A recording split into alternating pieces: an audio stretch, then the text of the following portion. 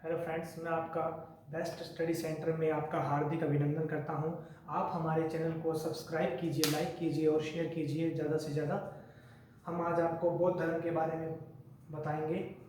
आपने पढ़ा ही होगा कि बौद्ध धर्म के बारे में बौद्ध और जैन धर्म दो भागों में है और 65 जो अन्य धर्म मिले हैं। आज हम बौद्ध धर्म के बारे में बात करेंगे। महात्मा बुद्ध का जन्म। महात्मा बुद्ध का जन्म जो है नेपाल की तराई में स्थित है, कपिलवस्तु नामक स्थान, लुम्बिनी ग्राम, शाक्य क्षत्रिय शाक्य कुल में, और 563 ईसा पूर्व में महात्मा बुद्ध का जन्म हुआ, जिनके बचपन का नाम था सिद्धार्थ और उनकी माता महामाया तथा पिता शुद्धोधन थे और उनकी पत्नी यशोधरा और उनके पुत्र का नाम राहुल था। महात्मा बुद्ध का जन्म नेपाल की तराई में स्थित कपिलवस्तु लुम्बिनी ग्राम शाक्य कुल में 563 ईसा पूर्व में हुआ। माता महामाया और पिता शुद्धोधन।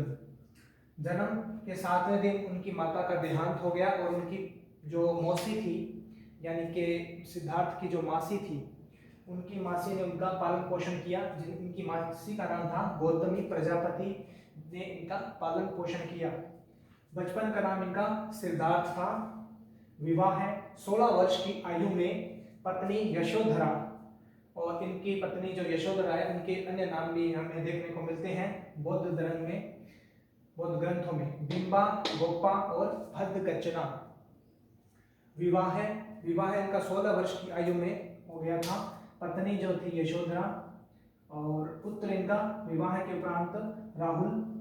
सांसारिक समस्याओं से व्यथित होकर 29 वर्ष की आयु में सिद्धार्थ ने गृह परित्याग कर दिया और इस गृह परित्याग को बौद्ध ग्रंथों के अंदर महाभिनिष्क्रमण कहा जाता है।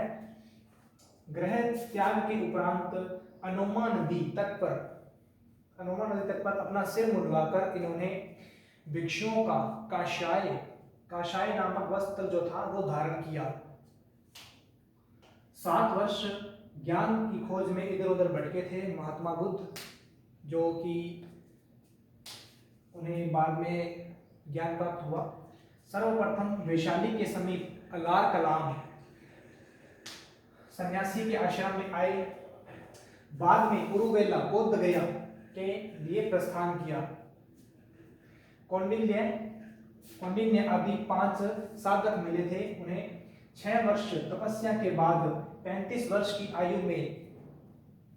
आयु में वैशाख पूर्णिमा की रात पीपल वृक्ष के नीचे उनको ज्ञान की प्राप्ति हुई, पुनपुन नदी के किनारे, जिसे हम निरंजना भी कहते हैं। इसी दिन से वे तथागत हो गए और ज्ञान प्राप्ति के बाद ही सिद्धार्थ का नाम गौतम बुद्ध पड़ा। गौतम बुद्ध के नाम से वे प्रसिद्ध हुए और उरुवेला से बुद्ध, सारनाथ, ऋषि पतनम एवं मृगदाव आए 5 ब्राह्मण सन्यासियों को उन्होंने प्रथम उपदेश दिए, जिससे बौद्ध ग्रंथों में धर्म चक्र प्रवर्तन कहा जाता है और उन्हें धर्म चक्र प्रवर्तन के नाम से जाना जाता है।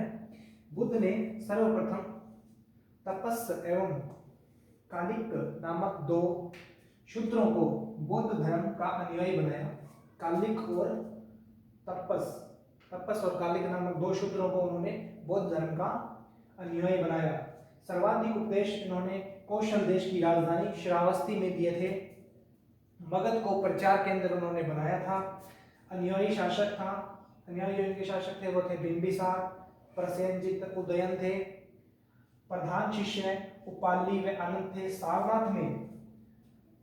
सारनाथ में जो उन्होंने बौद्ध संघ की स्थापना की।